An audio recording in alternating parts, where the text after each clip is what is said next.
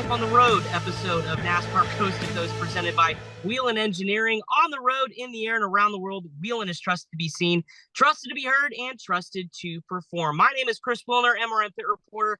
As always, MRN announcer Kyle Rickey out at Stafford Speedway. I'm currently in the parking lot at Michelin Raceway Road, Atlanta, site for IMSA Petit Le Mans this weekend. But Kyle, we got a lot to talk about when it comes to the short track racing and our NASCAR Root Series. We're getting down to the nitty gritty, and we do have good news for the folks at home. You actually raced this weekend. Thank goodness. Tell us about the past Friday night over there at Stafford. Yeah, we got the race in at the Stafford Motor Speedway, what turned out to be a really nice Friday night, even though there was rain in the forecast for earlier in the day. For the most part, it missed us. Great crowd came out, great car count. Todd Owen picked up his third consecutive SK Modified Championship. Keith Rocco became the first repeat winner of the TC13 special memorial race for the late, great Ted Christopher, the all-time race winner at the Stafford Motor Speedway. So it was a great night of racing. Kevin Gambacorda picked up the late model championship. So slowly buttoning things up. We still have the Napa Fall Final here in a couple of weeks for the Monaco Modified Tri-Track Series. I'll tell you what, the whole sense of fall quickly has gone to almost winter, especially in our part of the Southeast and the Charlotte, North Carolina area. Was in Indianapolis yesterday. It went from 70s to 50s and 40s real quick. So craziness. So we're already getting down to this time of year. And of course, it's getting cold outside. But I know you guys still have the fall final coming up. Excited to hear about that. Well, on this week's show, we got a lot to talk about. As I mentioned, top three series all in action. We're getting ready to button up their championship seasons. Of course, still have some big late model races coming up. And of course, you got a chance to talk to our now reigning ARCA Series Champion, Jesee Love, earlier today. So we'll have that interview for you coming up in just a little bit. But Kyle, let's talk about the weekend that was. And of course, with our national series, the Ground Pounders, the NASCAR Whelen Modified Tour, the championship. Just when we thought we've seen it all, boy, it's tightened it up again after another great race out at the Thompson Speedway. Ronnie Silk has retaken the lead over Justin Bonsignor. What'd you think, Kyle? I mean, Justin, I thought he had an opportunity to start to extend that lead a little bit more, but Ronnie was there waiting to pounce on opportunities, and he did so this past weekend. Yeah, we and it was a Ronnie and Justin race until 13 laps to go on a restart when Justin just missed a shift and said he almost threw it in reverse going into turn number one, which would have been a really bad thing. But he fell back from the front row, challenging for the lead to outside of the top 10, and I think finished like in the 13th spot, one of the last cars on the lead lap. So a great race, good car count. You talk about the weather changing.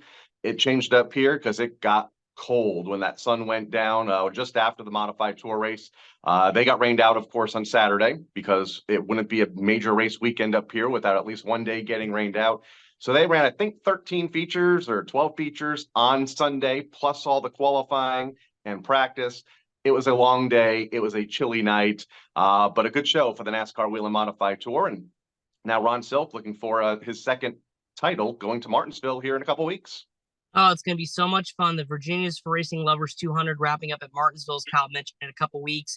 I don't want to preview it, Kyle, because we'll be able to do that on the show coming up the week of. But going into Martinsville, which is automatically already an elevated race because it's, NASCAR weekend and you've got a lot of eyes on it. But, I mean, could you have scripted this any better to have two of the most successful drivers in the series as of late go toe-to-toe for a championship? No, I mean, and they've been the class of the fields for the most part all years. Those two and Austin Beers, who has slipped back a little bit here in recent races. The only thing I would have asked for is for him Justin not to miss that shift, and they'd be almost tied going into Martinsville this weekend or next weekend. But anything can happen. The field should be a bit larger than the 26 that we had at Thompson, so every point will count. One slip by Ronnie, if he fades to say 15th or 20th in the field and Justin's out front, it's a completely different ball game. So, we'll see what happens. That's why we run these races to their completion every season. Again, you can hear that race from Martinsville in 2 weeks' time on October the 26th, 8 p.m. Eastern on the Motor Racing Network. We'll have a crew out there as well. Again, all part of NASCAR weekend as they wrap up that championship. All right, let's move on to the ARCA Series and the driver that we're going to have on the show here in just a minute. Jesee Love, officially crowned champion, although he locked it up last week, but walks it off with a big win out at Toledo. Kyle, Jesee had been searching for that 11th win, and we were wondering if it was going to happen after he got to 10 earlier this season, finally did it in the last race of the season. What a great place to end the ARCA Menard Series Championship in its backyard out at Toledo. Yeah, the ARCA Menard Series has raced at Toledo for as long as I can remember, going back 30 years and probably well before that. Kind of a staple short track on the ARCA Menard Series, and it's pretty cool that for the last few years they've crowned their champion at Toledo Speedway. In fact, the last couple of years they've ended their year with 3 consecutive short tracks, which I think is fantastic given what that series is all about and where it's come from. But yeah, what a season for Jesee Love. Double digits in the win column after a slow start. And that's something that we'll talk to him about here in a little bit. I mean, you remember he wrecked out at Phoenix, failed to finish in the top 5 at Daytona to start the year. So he was pretty deep in the championship standings, had a bit of a hole to climb out of. He did that by rattling off 3 wins in a row at one point during the early part of the summer months. And yeah, he's got a bright future ahead of him. Showed well in the truck series. And, I think all of his experience in ARCA this year on all the different types of racetracks and surfaces will help him no matter where he ends up in 2024. So as we put the button on the 2023 ARCA Menard Series season, obviously the East and West Series championships, or at least the West Series championship, not decide. The East was a few weeks ago at Bristol Motor Speedway, but just ARCA in general, what has stuck out to you the most this season? I know for me, I would probably have to say Berlin Raceway. Shout out to Jeff Striegel, as always, the GM over there and one of our colleagues at the Motor Racing Network. But the Williams-Sawalich, Jesee Love confrontations and the battles, and I think that's not going to be the first time and only time we're going to see that. Of course, some great racing. I think watching young drivers like Brent Cruz and Connor Zilic, who made their debuts later this season, they're bright futures ahead in the ARCA platform. But what has stood out to you this season across the ARCA series? I think it was fun to watch Frankie Muniz come back and run full-time in the ARCA Menard Series after being away from the sport so long. Walking away from a lot of what he has going on in Hollywood to be with us on a weekly basis in the ARCA Menard Series garage. You mentioned Brent Cruz, watching him succeed on the road courses, and then on the ovals most recently, picking up his or getting his first start on an oval a couple of weeks ago. He's going to be a young up and comer that has done well in every type of car that he has sat in. So yeah, there's a lot of those young drivers that kind of shine bright this season. None more though than Jesee Love, as he's been on top for a majority of the season. Yeah, and I think Andres Perez de Lara, or Andres Perez, was certainly a driver that we've always talked about. When was his win going to come? He's been close so many times. He'll be back for sure to fight for wins and possibly a championship, I think, with that Rev Racing group, as well as his young career begins to really take off. So what a season, again, full of memorable finishes, some good battles. I'm thinking of Milwaukee as well, side-by-side racing at IRP. I mean, we've had it all this year. So definitely tip of the cap to everybody with the ARCA Menard Series and East and West Series as well for putting on good programs. Now in 2024, I mean, obviously it's pretty much a foregone conclusion. Jesee Love's going to pursue NASCAR National Series. He's already run some truck series races this year. But who's next to maybe go on a run like that? My first driver thinking of is Williams-Sawalich. Who do you have your eye on? Yeah, I mean, he's usually among the top 3 in every race that he competes in. I like Andres Perez. I mean, he is, second all the time, and usually to Jesee Love. So, and I think once he gets that first win, and I don't know if it'll come in Daytona, but it could come in Phoenix next year, depending on how the schedule shakes out. But once he gets that first win, he'll rattle off a bunch, and I think he's going to be the next young superstar of the ARCA Menard Series. Well, we can't wait for 2024. Daytona will be here sooner rather than later. So we'll start to find out those storylines, of course, when we hit the new year. All right, Kyle, you had a great conversation with Jesee Love. So let's play it for the folks here on Coast to Coast. We'll visit with our ARCA Menard Series champion of 2023 next here on NASCAR Coast to Coast, presented by Whelen Engineering. Whelen Engineering, a global leader in the emergency warning industry, designs and manufactures reliable and powerful warning lights, white illumination lighting, sirens, controllers, and warning systems for the automotive, aviation, and mass notification industries worldwide. Whelen products are designed, sourced, and manufactured in America and tested on site to meet the toughest industry standards. Whelen Engineering, manufactured in America for over 70 years. We never left, and we're here to stay.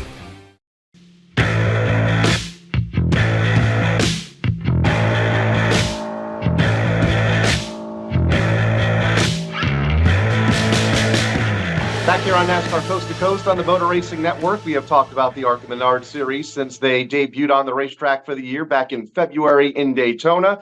They wrapped up their championship campaign just a couple of days ago at their home racetrack at Toledo Speedway in Ohio. We knew going in who the champion was, and he joins us now, Jesee Love. Jesee, first off, congratulations on what was a spectacular year for you and your Venturini team.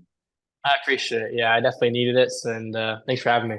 I know you've known now a week and a half, 2 weeks that you were going to be crowned champion for this year, but now that it's official, has it settled in yet?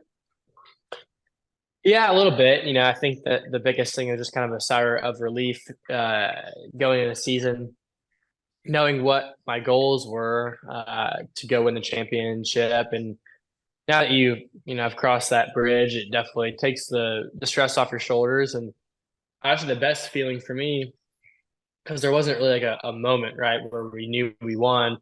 I think because at the end of the day, like, once we got to, halfway through the year, we kind of knew like we were going to have a really big, points buffer going into the rest of the year. And then after Salem, we'd already won it. And that was, really exciting. But at the same time, like we kind of knew it for weeks. And then, Toledo, same thing. So my biggest thing was just like, now I think the best feeling is just kind of the feeling of relief, and kind of can just go on with the rest of the year and not have to worry about it, and kind of just focus on the rest of the year. It's kind of like just checking something off a bucket list, right? Feels really good to do it, and just really proud of the team and all the guys that were able to have a successful year, and obviously win the Owners' Championship and the Drivers' Championship. You knew mid-season that you were in position to win the championship, but the year didn't get off to the best of starts. Just a couple of finishes outside of the top five, and they both came or at least two of them came in the first two races at Daytona with a seventh, not bad. And then you had that mid-race accident at Phoenix. Were there any concerns at that point between Phoenix and that gap to Talladega? Yeah, absolutely. I think after that, I kind of thought that probably wasn't good enough, or had a lot of just self-doubt. So my thought process after that was just like, all right, well, stop focusing on the expectation and everything. Just focus on like what I can do on my best possible day, right? So like every athlete kind of has their best days, and I feel like what makes people really good or not really good is whether or not they can, operate and perform at that level like all the time. And I felt like I've been able to operate and perform at that level every week since then, because I just only focused on doing the best job that Jesee Love can do. And I stopped focusing on like, okay, I'm gonna go in this race and win this race. I'm gonna go win this or that. The other thing, I stopped caring about that all together. And the only thing I've really focused about is just doing the best job that I can do and operate at the highest level that I can. And that's helped me in everything: dirt racing, road course racing, oval racing. It's helped me everywhere. And that's where I wanted to go next. The ARCA Series, one of, if not the most diverse schedule that we see here for stock cars in this country, with the dirt races, with the road course races, the short tracks, the super speedways, the Poconos. Where do you feel most comfortable? And, what do you feel like maybe, you need to work on going forward? I just think I feel comfortable behind the wheel. I don't really get worked up in like my bread and butter or anything like that. Like at the end of the day, in the ARCA deal at least, we won on a super speedway, intermediate, short track, road course, dirt track. Like we won on every single platform. So obviously the road course stuff, like compared to guys that are really good, like Connor Zilich,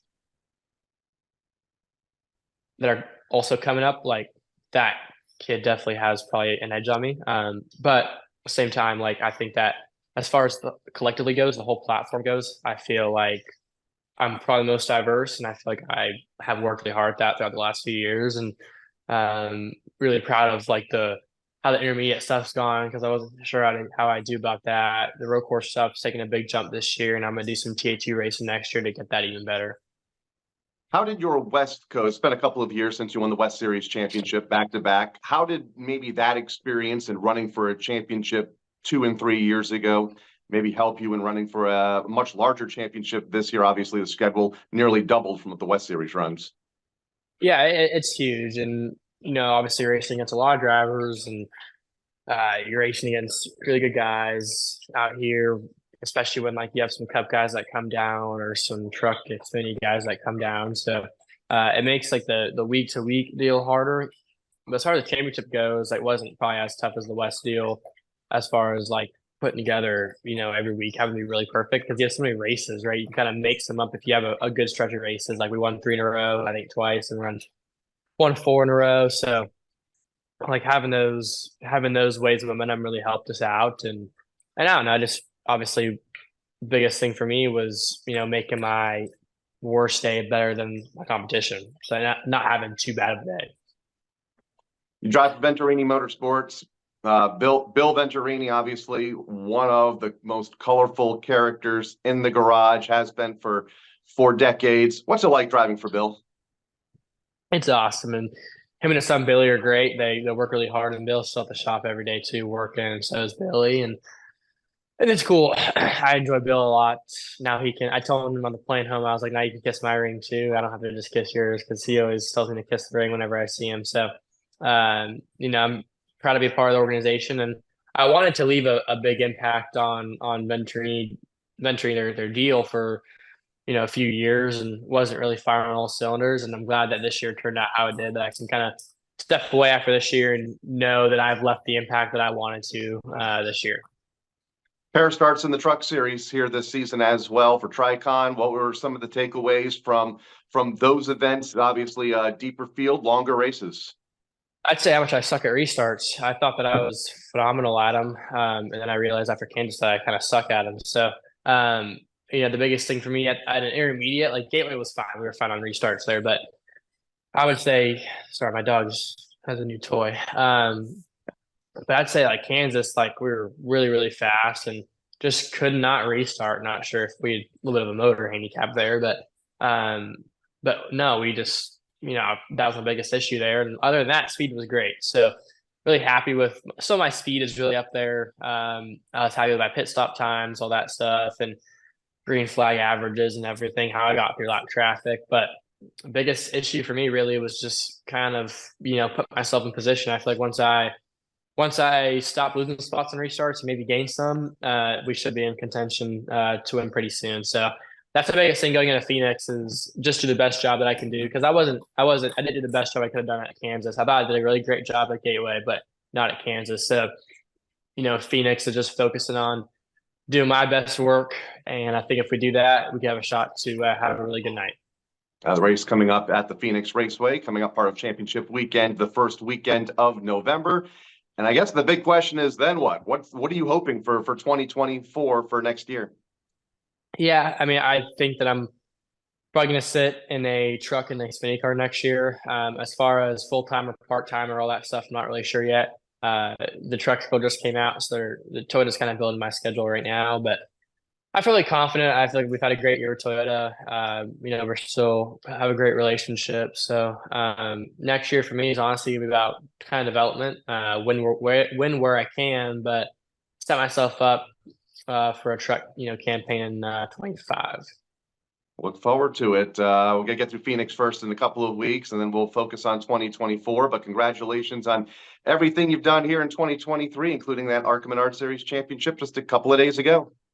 Awesome. I appreciate it. Cool. Jesee Love joining us here, 2023 ARCA Series Champion here on NASCAR Coast to Coast. We'll have more coming up after the break. Whelen Engineering, a global leader in the emergency warning industry, designs and manufactures reliable and powerful warning lights, white illumination lighting, sirens, controllers, and warning systems for the automotive, aviation, and mass notification industries worldwide. Whelen products are designed, sourced, and manufactured in America and tested on site to meet the toughest industry standards. Whelen Engineering, manufactured in America for over 70 years. We never left, and we're here to stay.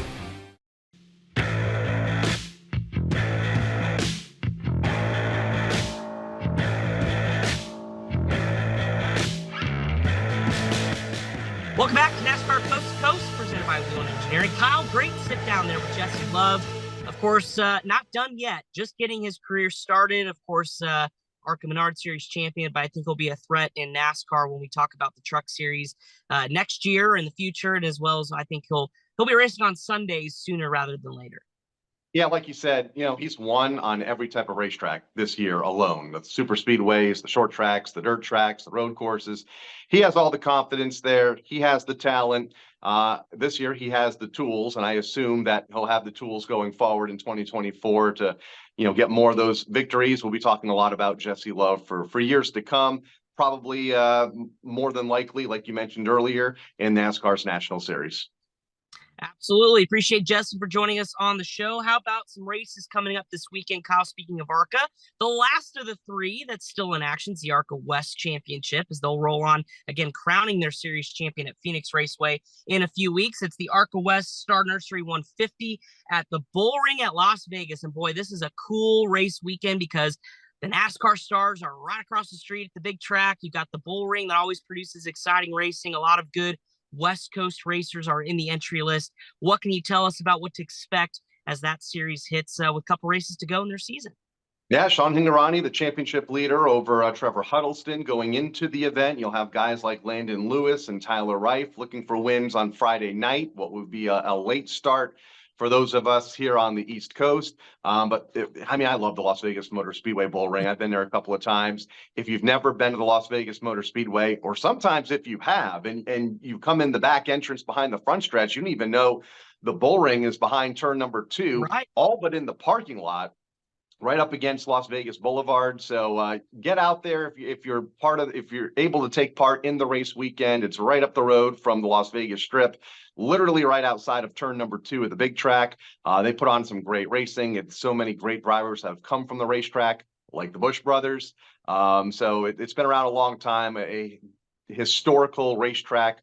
Part of the West Series has been around for decades and decades, and they're going to shine bright on Friday night to kick off a pretty major race weekend out there in Las Vegas, Nevada.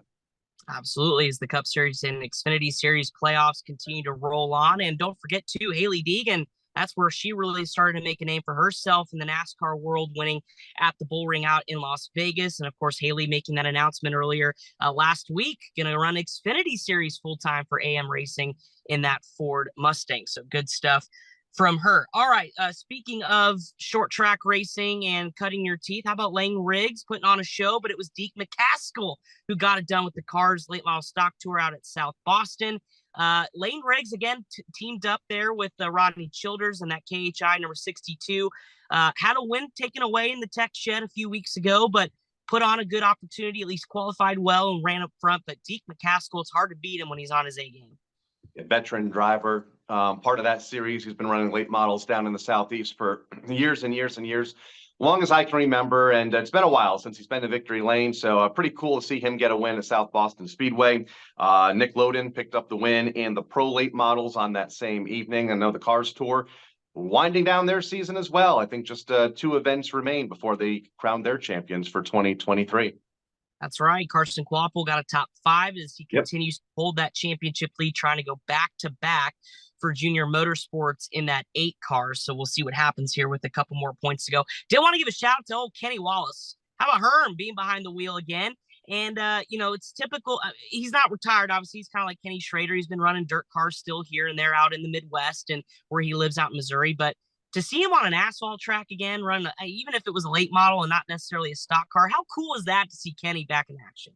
Love it. Was able to be with him at Stafford earlier this year when he was with SRX, and now he's running the Cars Late Model Tour. I mean, some of his social media content over the weekend was fantastic. I mean, amazing stuff. And it was good to see him back. Hopefully we see him back more. He did all right. Not spectacular, but I wouldn't expect him to do spectacular, right out of the box like that. But hopefully we see him more on asphalt. It's hard to break him away from that Midwest dirt track modified stuff, though. I know that's where his heart is, but would be pretty cool to see him back on some more asphalt tracks in 2024. Finally, big race coming up this weekend, the Winchester 400. Of course, a lot of Roots drivers that are making their waves in the NASCAR Advanced Auto Parts National Series points this year are involved with that. No Bubba Pollard.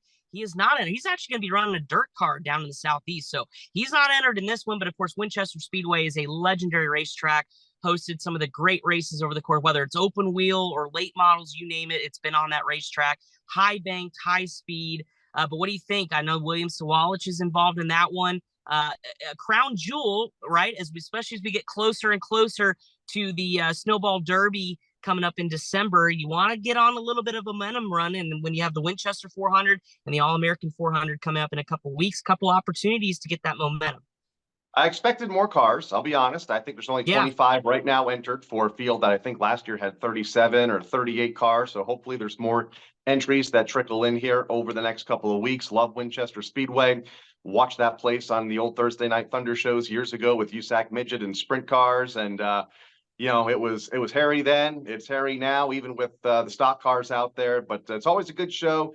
I guess the biggest key to winning that race and doing well in that race is just surviving. I mean, there's been some pretty big incidents. There's a lot of wear and tear on equipment. I mean, it can be a long event, and just surviving and getting to the end is going to be key to whoever comes out on top this weekend. Yeah, keep your nose clean. That's the name of the game out there at Winchester. Good stuff, Kyle. And yeah, looking forward to seeing who takes home one of short track racing's crown jewels coming up this weekend. Before we let the folks go, don't forget NASCAR Cup Series and the Xfinity Series are out at Las Vegas this weekend. And Kyle, before the MRN team takes it back, once we get to Homestead next week, what do you think where we're at as far as, let's start with the Xfinity Series, this championship battle starting to really heat up. Sam Mayer with the walk-off win at the Charlotte Roval this weekend, again, coming up through the late model ranks. You have your eye on somebody as a championship favorite yet in the Xfinity Series? I feel like the parity is still there, at least among the top 8 that have made this round. It is. Cole Custer, I think, will be somebody to keep an eye on over these next couple of weeks. I feel like he's good at these next 3 racetracks coming up. Sam Mayer has momentum. Hopefully he can keep it, though. With finish, what did he score? 6 points in the couple of races prior to the win last weekend at the Charlotte Roval. It's hard to score just 6 points back-to-back weeks.